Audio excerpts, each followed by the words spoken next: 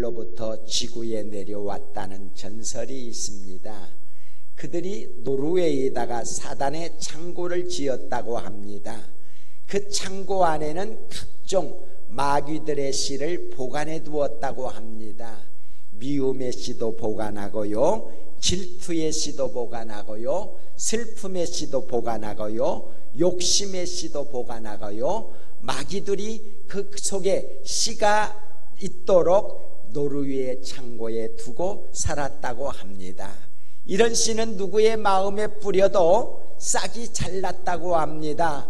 그래서 많은 사람들이 마귀의 유혹대로 여러 씨를 맺게, 여러 나쁜 열매를 맺게 되는 역사가 일어나게 되었습니다. 그런데 한 마을만은 그 마귀가 어떤 씨를 뿌려도 아무 열매가 나오지를 않는 거예요. 싹도 나오지 않고 열매도 맺히지 않고. 그래서 무슨 일이 있는가 생각을 해서 마귀의 대장 사단이 조사를 보내게 되었다고 합니다. 사단의 명을 받은 졸개들이 가서 조사를 해보니까 그 마을에 별게 없는 거예요. 다른 마을과 똑같은 거예요. 단지 그 마을에는 감사가 많은 마을이었습니다. 마을의 이름이 감사의 마을이었어요. 어떤 일이 생겨도 감사하고 기뻐하는 마을이었다는 말입니다. 그래서 이 노르웨이의 속담 속에 감사하는 마음에는 사단이 씨를 뿌릴 수가 없다, 그런 속담이 생겨나게 되었다고 합니다. 감사하는 마음에는 사단이 슬픔의 씨앗을 뿌려도 싹이 나지를 아니하고, 욕심의 씨앗을 뿌려도 싹이 나지를 않고, 미움의 씨앗을 뿌려도 싹이 나지를 않고, 질투의 씨를 뿌려도 싹이 나지 않는다는 말입니다. 오늘 시편 100편은 감사의 시입니다. 2절에 보니까 나아갈지어다, 4절에 보니까 그 문에 들어가며, 그리고 그 궁전에 들어가며라는 말씀을 볼 수가 있습니다. 이 시는 하나님의 전인 성전에 올라가면서 부르는 찬송이었습니다. 그런데 주제가 무엇이냐? 감사이지요. 감사함으로 하나님의 궁전에 들어가는 거예요. 찬송하며 들어가는 거예요. 오늘 시편 100편을 4가지로 말씀을 드릴 수가 있습니다. 3절의 말씀이 핵심입니다. 3절의 말씀을 다시 한번 같이 읽도록 하겠습니다. 여호와가 우리 하나님이신 줄 너희는 알지어다. 그는 우리를 지으신 자시요 우리는 그의 것이니 그의 백성이요 그의 기르신 양이로다. 여기서 보면 한 절에서 그라고 하는 단어가 4번이나 반복되고 있음을 발견할 수가 있습니다. 그는 우리의 지으신 자시요 우리는 그의 것이니 그의 백성이요 그의 기르시는 양이로다. 그라고 하는 단어가 4번 나오고 있다는 말입니다. 이것을 4제로 나누어서 첫 번째는 그는 우리를 지으신 자시요. 우리가 여호와 하나님께 감사해야 할 이유가 첫 번째가 하나님이 우리를 지으셨다는 말입니다. 하나님은 창조주 하나님이십니다. 그래서 이 창조주 하나님께 감사를 드려야 한다는 말입니다. 내가 예배 자리에 있는 것도 하나님이 나를 창조하셨기 때문에 내가 이 복된 자리에 앉아서 하나님께 예배를 드릴 수가 있게 되는 거예요. 우리가 오늘 맥주감사절을 지키는 것도 하나님께서 우리를 창조하셨기 때문에 맥주감사절을 지키게 되는 것입니다. 생일이 되면은 축하를 받습니다. 그러나 어머니께, 낳아주신 어머니께 감사하는 사람들은 적은 것 같아요. 자녀가 자녀다워지려면 나를 이 땅에 태어나게 하신 어머니께 감사하며 살아야겠지요. 그러나 우리가 알아야 할 것은 어머니 태에서 나왔다고 해서 어머니가 우리를 지으신 것이 아니라는 말입니다. 창조주 하나님께서 우리를 만들어 주셨다는 말입니다. 말입니다. 어머니 태는 10달 동안 우리를 거할 수 있도록 빌린 곳에 불과하다는 말입니다. 이렇게 생각을 해봅시다. 요새 로봇 문화가 많이 발전을 했어요. 그래서 사람의 감성도 가지고 판단력도 가지고 사람과 대결해서 이기기도 한다고. 우리가 잘 아는 대로 바둑이라는 것 로봇은 못한다고 그랬는데 바둑도 로봇에 지는 세대가 되었다는 말입니다. 그런데 이 로봇가 만들어져서 세상에 나온 다음에 만약에 로봇가 나를 생산해 준 공장에 감사합니다. 공장이 있어서 내가 생산되게 되어서 감사합니다. 공장의 은혜로 내가 탄생하게 되었기 때문에 감사합니다. 이 말은 100% 맞는 말이 아닙니다. 로봇들을 만들어내는데 가장 중요한 역할을 하는 것은 과학자들이지요. 연구하고 기술 동원해 가지고서 조립을 해 가지고서 바로 로봇가 생기는 거지요. 그래서 자기가 생산된 공장이라고 감사하다고, 그 공장을 감사하다고 생각하는 것은 웃기는 일이라는 말입니다. 나를 낳아주신 어머니는 공장에 불과한 거예요. 창조주 하나님께서 우리의 생명을 창조해 주시고 우리에게 정한 기간을 두어서 이 땅에 살게 하신다는 말입니다. 그래서 시편 100편에서 말씀을 하시고 있는데 4절의 말씀 같이 읽도록 하겠습니다. 감사함으로 그의 문에 들어가며 찬송함으로 그 궁전에 들어가서 그에게 감사하며 그 이름을 송축할지어다. 이렇게 감사하면서 감사한 이유를 분명하게 말씀하고 있는데 그 말씀이 바로 3절의 말씀이에요. 다시 한번 읽도록 합니다. 여호와가 우리의 하나님이신 줄 너희는 알지어다. 그는 우리를 지으신 자시요 우리는 그의 것이니 그의 백성이요 그의 기르시는 양이로다. 우리를 지으신 분이 여호와 하나님이라는 말입니다. 그래서 그 하나님께 우리가 감사하는 것이 마땅한 일이라는 말입니다.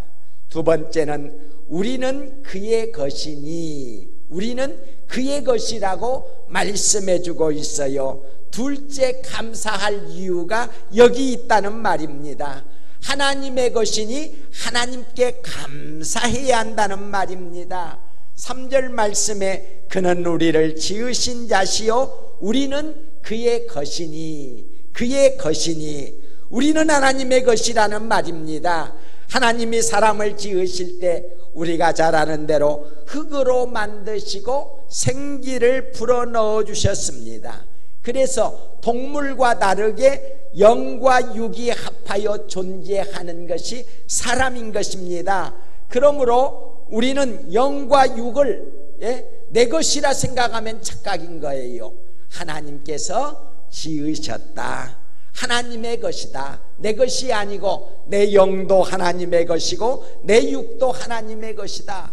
이것을 깨닫게 되면은 하나님께 감사할 수밖에 없다는 말입니다. 하나님이 나를 소유하고 계시는데 그 소유주 하나님께 감사하는 것이 마땅한 것이라는 말입니다. 바울 사도는 고린도 교인들에게 말하기를 우리 몸은 값을 주고 산 것이라고 말씀해 주고 있습니다. 우리 다 같이 고린도전서 6장 19절 20절 읽도록 하겠습니다. 너희 몸은 너희가 하나님께로부터 받은 바 너희 가운데 계신 성령의 전인 줄을 알지 못하느냐. 너희는 너희 자신의 것이 아니라 값으로 산 것이 되었으니 그런즉 너희 몸으로 하나님께 영광을 돌리라. 값으로 사셨다. 하나님께서 창조하셨을 뿐만 아니라 십자가에 예수님을 죽게 하시고 우리를 사셨다는 말이에요. 자기 백성으로 사셨다는 말입니다. 그래서 우리는 하나님의 것이 된 거예요. 우리의 영혼도 하나님의 것이고 우리의 육도 하나님의 것이 된 것입니다. 우리의 영혼도 하나님의 것이라고 에스겔 선지자는 말씀을 해주고 있는데, 에스겔 18장 4절의 말씀 같이 읽어보도록 하겠습니다. 모든 영혼이 다 내게 속한 것이라 아버지의 영혼이 내게 속함 같이 아들의 영혼도 내게 속함 같이. 예, 우리 영혼이 다 하나님께서 지으시고 하나님께서 사셨기 때문에 하나님께 속한 것이 되었다는 말입니다. 그래서 하나님은 절대자이신 것입니다. 절대적인 주권을 가지고 계시는 거예요. 누가 하나님을 향하여서 나를 왜 질그릇으로 만들었느냐, 나를 왜 도자기로 만들지 않고 그런 것으로 만들었느냐 말할 수가 없다는 말입니다. 왜냐하면 하나님이 창조하셨기 때문에. 조루증에 걸려서 일찍 늦는 아이가 있었습니다.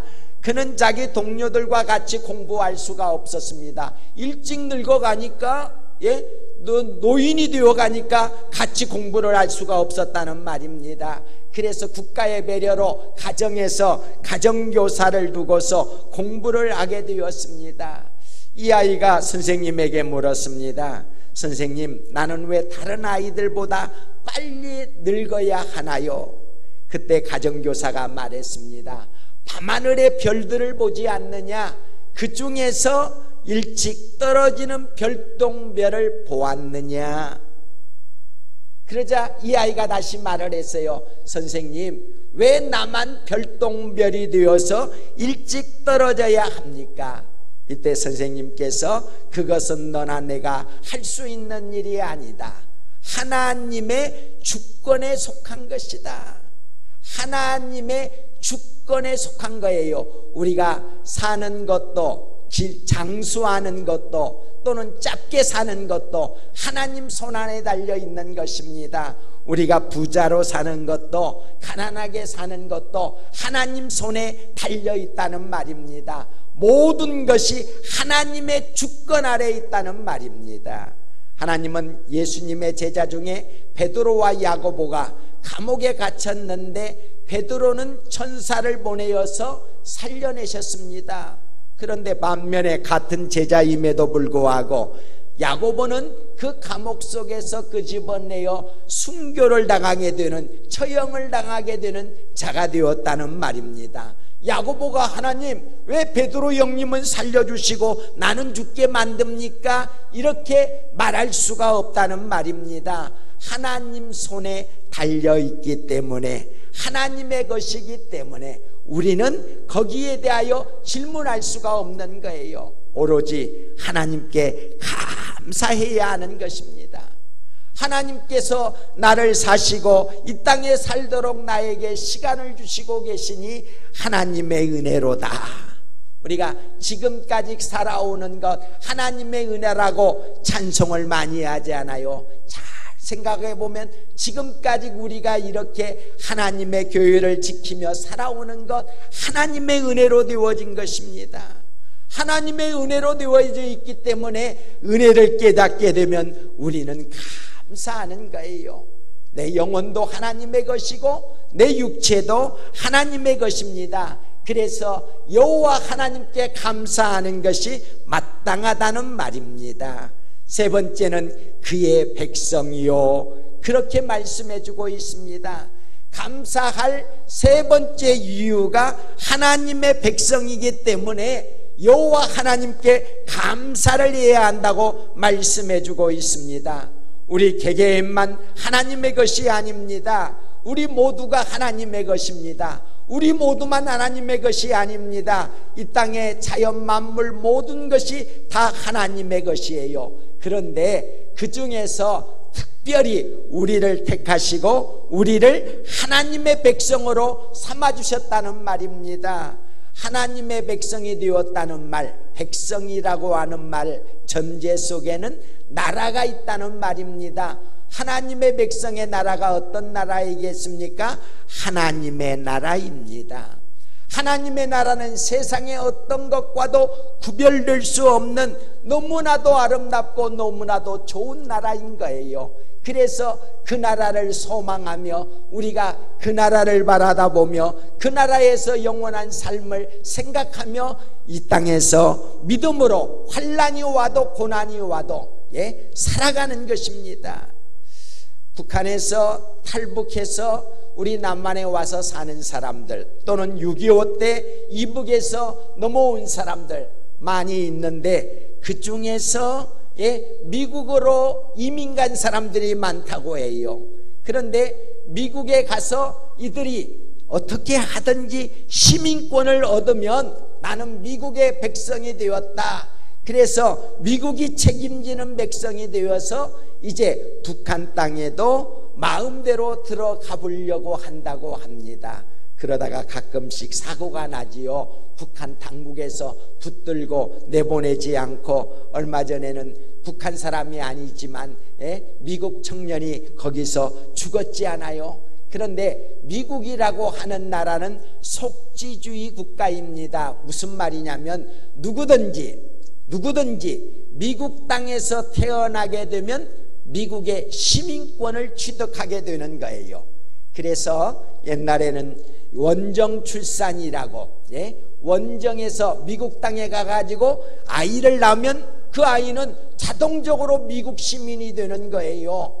그래서 우리나라가 남북이 이렇게 갈등을 일으키고 또 그때는 살기가 너무 어려웠었기 때문에 어떻게 하든지 미국의 시민권을 얻으려고 사람들이 몸부림을 쳤습니다. 부자로부터 권력 있는 자로부터 많은 사람들이 미국에 가서 아이를 낳고 돌아와서 자동적으로 시민권을 가지고 있다는 말입니다. 이번에도 외교부 장관 자녀가 미국 시민권을 가지고 있는데 한국에 이제 장관을 하기 위하여서 시민권을 포기해야 한다, 포기했다고 그런 방송을 여러분들도 들었을 것입니다. 그런데 어느 나라 백성이 되느냐, 이건 매우 중요한 거예요. 지금 세상에는 200개 나라가, 200여 개의 나라가 존재하지만 그 모든 나라를 다시 둘로 나누게 된다면 하나님의 나라와 마귀의 나라로 구별할 수가 있습니다. 마귀의 나라에 소속되게 되면은 나중에 그 종말은 불행이에요. 지옥 형벌이에요. 영원한 형벌이라는 말입니다.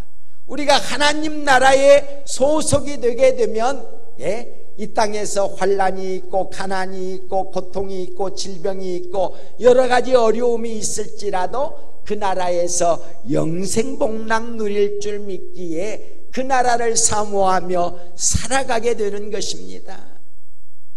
여러분, 우리가 하나님의 나라의 백성이라고 하는 것, 이 자부심이 우리에게는 대한민국의 시민권, 주민등록증이 있지만 하나님 나라의 시민권이 나에게 있음을, 내가 예수 믿고 구원받은 하나님의 백성으로서 내게 시민권이 있다는 사실을 깨달으면 이 자체가 감사가 되는 거예요.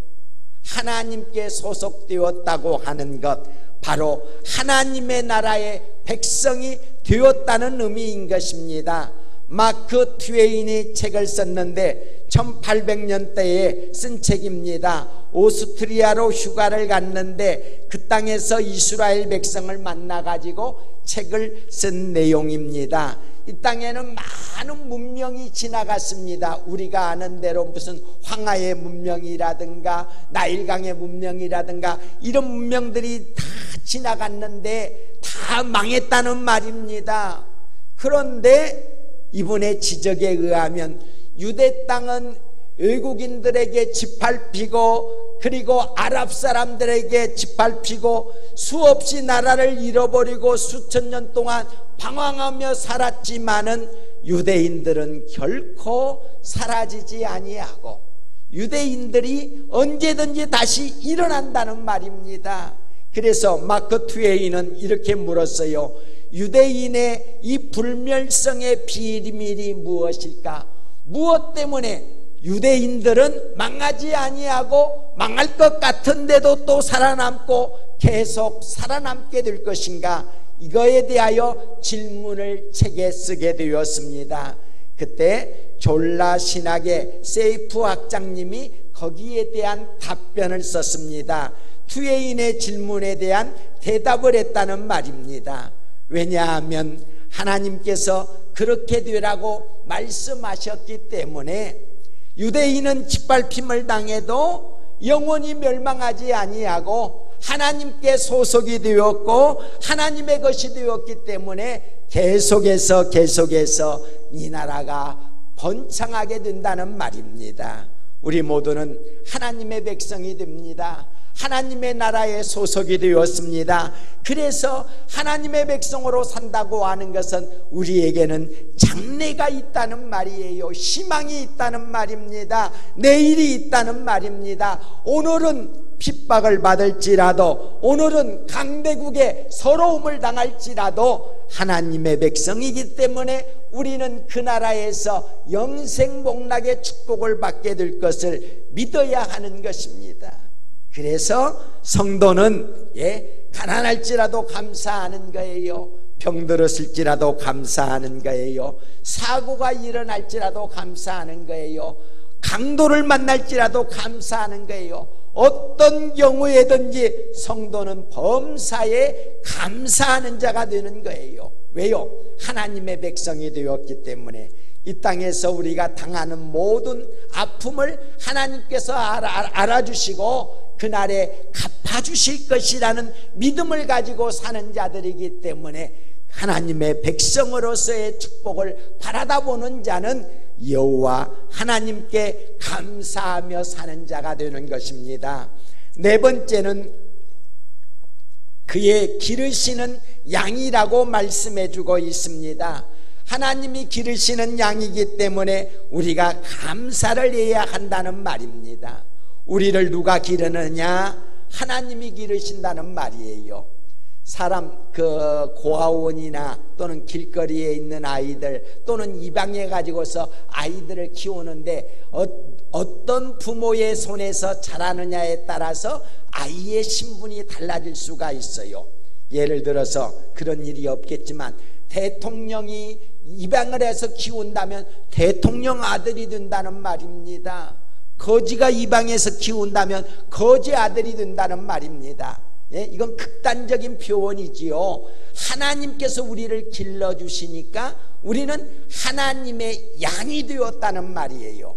하나님의 양이 되었다는 말은 하나님께서 모든 것을 책임져 주신다는 말입니다. 그러므로 두려워할 것 없고 근심 걱정할 것 없고 공포에 빠질 것 없어요. 하나님께서 책임져 주시니 하나님 안에서 우리는 감사하는 자가 되어야 한다는 말씀입니다. 동물에는 세 종류의 동물이 있다고 합니다. 첫째 동물은 싸워서 이겨서 약한 동물을 잡아먹는 거예요. 그런 동물이 어떤 동물이 있습니까? 사자라든가 호랑이라든가 강한 동물이지요. 그러나 어떤 동물은 자기의 노력으로 먹고 살아가는 동물입니다. 이게 두 번째 동물이지요. 소 같은 동물, 남을 잡아먹지 않아요. 풀을 뜯어 먹으면서 수고하면서 일하면서 살아간다는 말입니다. 그래서 다른 동물에게 피해도 주지 아니하고 자기 영역에서 일하며 살아가는 동물이에요. 그런데 세 번째 동물은 양과 같은 동물이 있습니다. 양은 남을 잡아먹을 힘도 없어요. 거기다가 스스로 노력을 해서 풀을 뜯어먹을 수 있는 능력도 부족합니다. 왜냐하면 양의 시력은 2m, 3m 안밖에 보이지를 않는 거예요. 2m, 3m의 풀이 없으면 양은 먹을 수도 없는 것입니다. 그래서 자기가 스스로 풀을 찾아서 나갈 수가 없다는 말입니다. 양을 목자가 이끌고 푸른 초장으로 가고 쉴만한 물가로 이끌어내게 될 때에 양은 살찌고 살아갈 수가 있게 되는 거예요. 그러나 양은 스스로 그렇게 못하니까 만약에 목자가 없다면 굶어 죽을 수밖에 없다는 말입니다. 그런데 오늘 성경의 표현은 우리가 다 양 같은 존재라는 말입니다. 그리고 주님을 표현할 때 선한 목자라고 표현해주고 있습니다. 예수님이 우리를 인도하는 목자이시고 우리는 그의 양이라는 말입니다.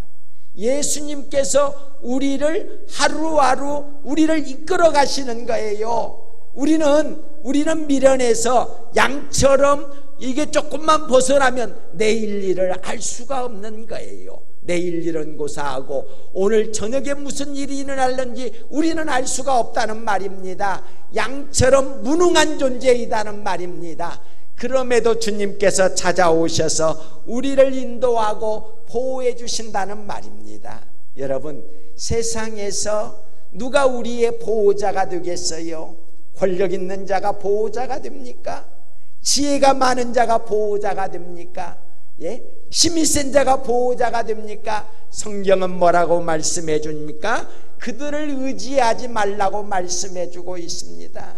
사람은 유한한 존재라 있다가 없어지는 존재이기 때문에 사람을 의지할 수가 없다는 거예요.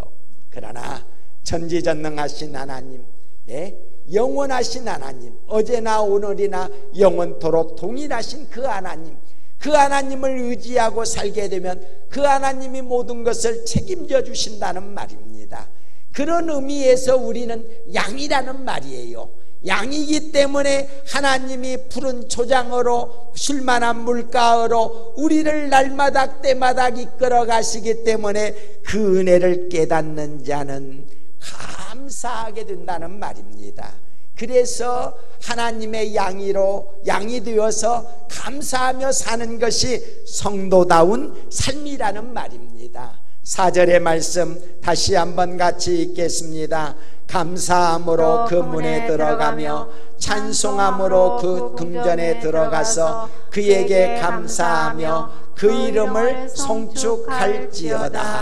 우리가 감사함으로 하나님께서 열어주신 축복의 문으로 들어가서 하나님의 궁전에서 영원히 살 것을 바라다 보며 우리는 찬송하고 감사하며 하나님께만한 영광 돌리며 살아가야 하는 것입니다. 시편 104편에서 오늘 본문 100편에서 4가지를 말씀해 주고 있습니다. 그라고 하는 표현으로 한 구절에서 그가 4번이 나오고 있는 거예요.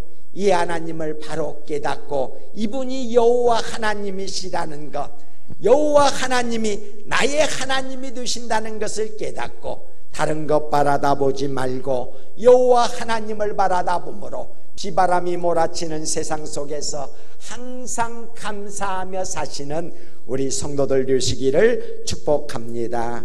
거룩하신 아버지 하나님, 하나님께 여호와 하나님께 감사해야 할 말씀을 오늘 듣게 하심을 감사합니다. 하나님을 바로 알고 저희들이 여호와 하나님께 날마다 때마다 일마다 감사하는 자가 되어서 하나님이 우리를 위하여 준비하신 그 복들을 누리며 살아가게 되는 귀한 삶이 되도록 은혜를 내려 주옵소서. 이 땅을 끝나고 영원한 나라, 저 하나님의 나라로 들어가게 될 때에 영원한 하나님의 축복하심 속에서 그 복을 누리며 살아갈 것을 믿고서 이 험악한 세상 속에서도 환난이 와도 핍박이 와도 고난이 와도 죽음이 와도 감사하는 자가 되어 범사에 감사하며 믿음으로 살아가고 믿음으로 승리하는 성도들 될 수 있도록 축복 내려